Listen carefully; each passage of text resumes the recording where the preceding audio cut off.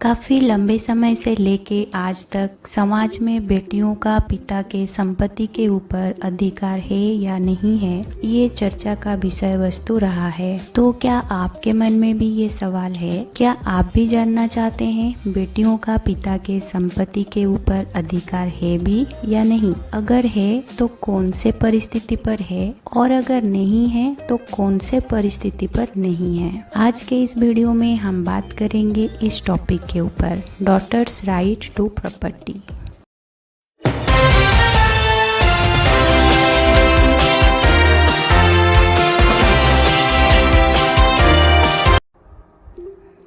नमस्ते everyone and welcome back to enter to learn live to serve channel पर।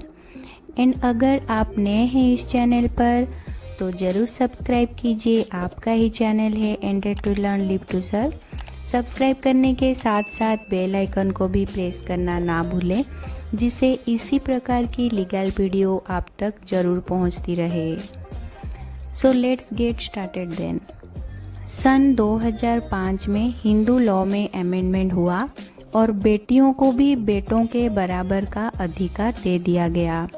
And ऐसा बिल्कुल भी नहीं है कि 2005 से पहले बेटियों का पिता के संपत्ति पर अधिकार नहीं था।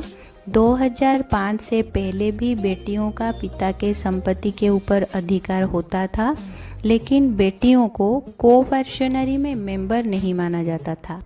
अब आप सबके मन में ये सवाल जरूर आ रहा होगा कोऑपरेशनरी को लेके।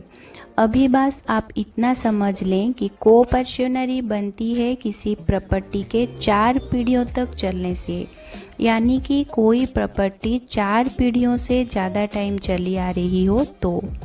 पहले उसमें बेटियों को अधिकार नहीं होता था, लेकिन 2005 के अमेंडमेंट के बाद इस स्थिति को ख़त्म कर दिया गया, जिससे क्या हुआ, समाज में एक बात तो ज़रूर फैल गई कि बेटियों को भी पिता के संपत्ति के ऊपर बराबर का हक है और वो कभी भी अपना हिस्सा प्रॉपर्टी में पाने के लिए पार्टीशन का सूट फाइल कर सकते हैं।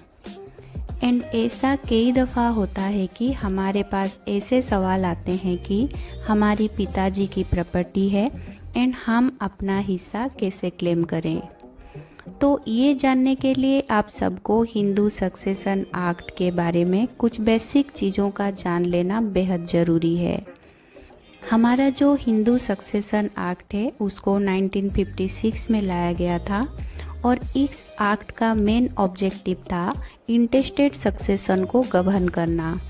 यानी कि जब भी कोई हिंदू, बुद्धिस्ट, सिख या फिर जैन में से किसी भी इंटेस्टेड का डेथ होती है तो उस केसेस में उनकी जो प्रॉपर्टी है वो हस्तांतरित कैसे, यानी कि डिवॉल्व कैसे होगी, यही डिसाइड करती है हमारा हिंदू सक्सेशन एक्ट 1956। यहाँ पे मैं इंटेस्टेड मीनिंग को अगर सिंपल लैंग्वेज में आप लोगों को समझाऊँ, then intestate means a person who has died without having made a will। अब बढ़ते हैं कुछ इम्पोर्टेंट पॉइंट के तरफ। हमारा जो हिंदू सक्सेशन एक्ट है उसमें प्रॉपर्टी को 2 टाइप्स में बताया गया है।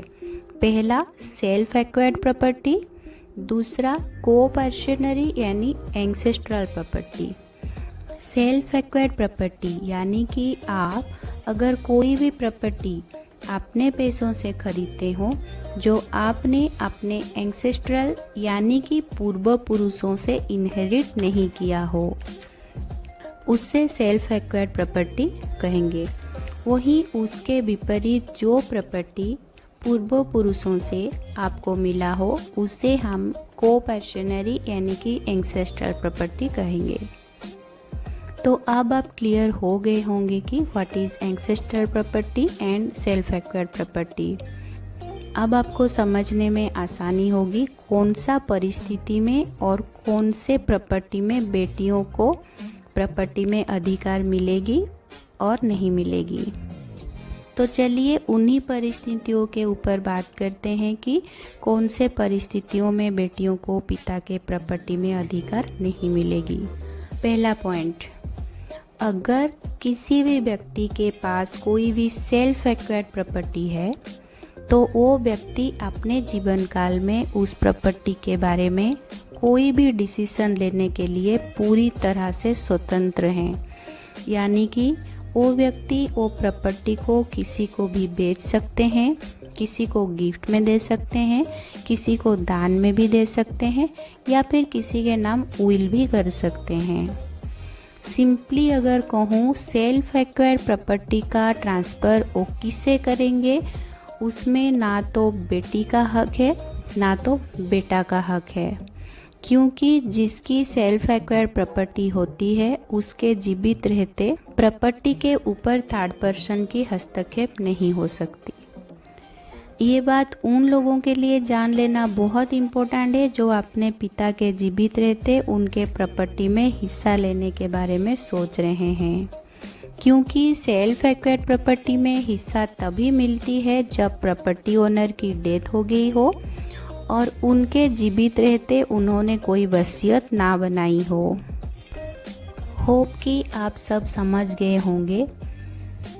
सेल्फ एक्वायर्ड प्रॉपर्टी में पिता के जीवित रहते ना बेटी का ना बेटा का किसी का भी कोई अधिकार नहीं रहता, ना कोई क्लेम वो कर सकते हैं। सेकेंड पॉइंट, अगर किसी व्यक्ति ने अपने लाइफ टाइम में प्रॉपर्टी रिलेटेड कोई वसीयत किसी के नाम कर दी है तो उसके मरने के बाद इससे कोई फर्क नहीं पड़ता कि उसके कितने उत्तराधिकारी हैं, क्योंकि प्रॉपर्टी उन्हीं को ही मिलेगी मरने से पहले जिनके नाम पे उन्होंने वसीयत कर दी हो। फॉर एग्जाम्पल, ए के 3 बेटी हैं और 2 बेटे हैं।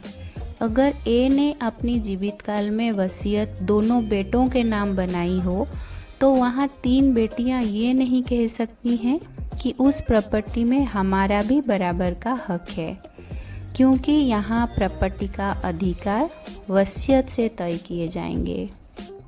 पॉइंट नंबर 3, अगर पिता के डेथ हो चुकी है और बेटी जो है अपना हिस्से की प्रॉपर्टी रिलीज कर चुकी है बाकी प्रॉपर्टी हिस्सेदारों के नाम पे, तो वो बाद में अपना हिस्सा क्लेम नहीं कर सकती है। हाँ, ध्यान रहे कि वो प्रॉपर्टी रिलीज रजिस्टर्ड डीड के माध्यम से हुई हो। और अगर एक बार कोई हिस्सेदार अपना प्रॉपर्टी का हिस्सा रिलीज कर दे उसके बाद उसका हिस्सा वो प्रॉपर्टी से हमेशा के लिए ख़त्म हो जाती है। पॉइंट नंबर 4, हमारा इंडिया में ऐसे कुछ स्टेट हैं जैसे कि यूपी और उत्तराखंड, वहाँ का जो एग्रीकल्चरल लैंड होता है वहाँ के कानून के हिसाब से अगर कोई व्यक्ति की डेथ हो जाती है तो उनके विवाहित बेटियां एग्रीकल्चरल लैंड के ऊपर अपना हिस्से का दावा वो नहीं कर सकती हैं, मगर अन्य प्रॉपर्टी के ऊपर अपना हिस्से की क्लेम वो कर सकती हैं। सो फ्रेंड्स, मुझे उम्मीद है आप सब क्लियर हो गए होंगे कि किस किस परिस्थितियों में बेटियों को प्रॉपर्टी से वंचित किया जा सकता है। काफ़ी कुछ डिटेल्स देने की मैंने यहाँ पे कोशिश की है, फिर भी कुछ रह गया हो आप कमेंट बॉक्स में ज़रूर पूछ सकते हैं। और अगर आपकी कोई लीगल रिलेटेड इश्यू हो या लीगल रिलेटेड परेशानी हो तो ऊपर दिए गए नंबर पर आप मुझे कांटेक्ट करके अपॉइंटमेंट ले सकते हैं और अपना प्रॉब्लम मेरे साथ शेयर कर सकते हैं। इसके अलावा मेरी हर वीडियो के डिस्क्रिप्शन बॉक्स में मेरा मेल आईडी रहता है, आप मेल आईडी के थ्रू मुझे कांटेक्ट करके अपना प्रॉब्लम शेयर कर सकते हैं। I wish you all appreciate my effort and give your love and support to my channel. Many thanks you all for your time and attention. Love and light to all. God bless. Namaste.